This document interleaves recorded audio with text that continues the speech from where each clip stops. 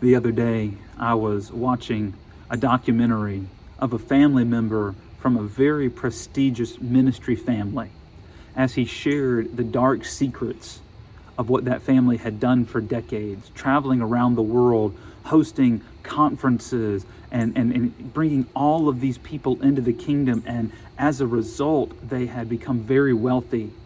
And he shared the backstage, scenarios where, they were staying in lush resorts and eating 5-star foods and traveling in limousines, wearing multi-thousand-dollar suits and producing all of these great gains on their earthly lives at the expense of other people. And as I thought about this, I wondered how many times in the church have we done that? We build these magnificent structures, and I love beautiful church buildings. That's one of my favorite things. But I think, what are we doing on the backs of other people's giving? Is it enriching our earthly lives more than it is building the kingdom of heaven? And as I thought about these things and began to pray over, my own life and asking God, where am I in all of this? I read through in my quiet time Mark chapter 12, where Jesus compares the earthly works of the religious leaders to the offering of a widow.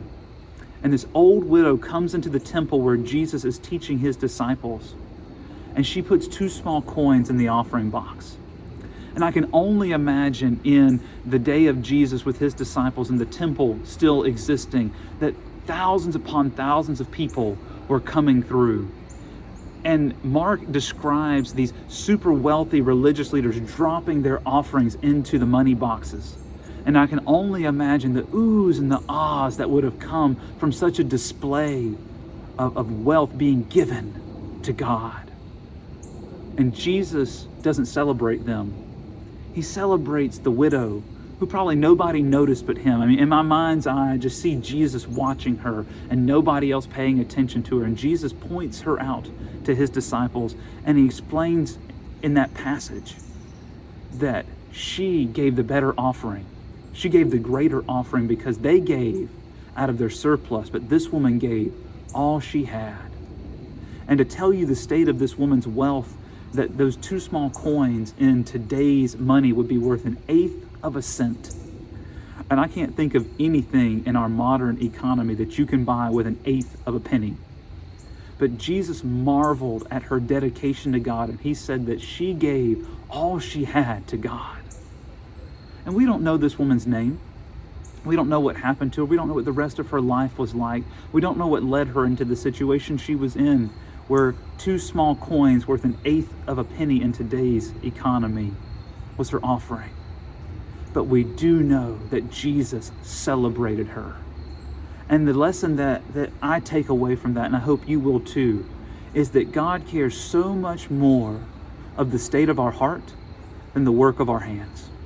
God cares so much more about the state of our heart than the work of our hands, because it's not about all these great, glorious things, and it's wonderful to be able to do them. I'm thankful for the wealthy people in the church that can write a check to fund a mission trip, or that can send kids to summer camp, or that can buy resources or build the structures that we need, because we do need those things. Please hear my heart.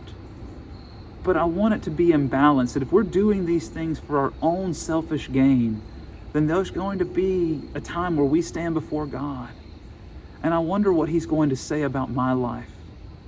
And I pray that I would begin to focus so much more on my heart condition than focusing on my earthly gains. So I don't know about you today, but I want to encourage you and me to take a lesson from this lesser known person in the Bible, and to recognize that God cares a whole lot more about the state of our heart than the works of our hands. And we should do those things, absolutely. We should build his kingdom, but it starts with our heart. That's how we protect it. So I pray that this blesses you today, and that you and I would have a heart check, because God cares a whole lot more about the state of our heart than the works of our hands. Be blessed this week.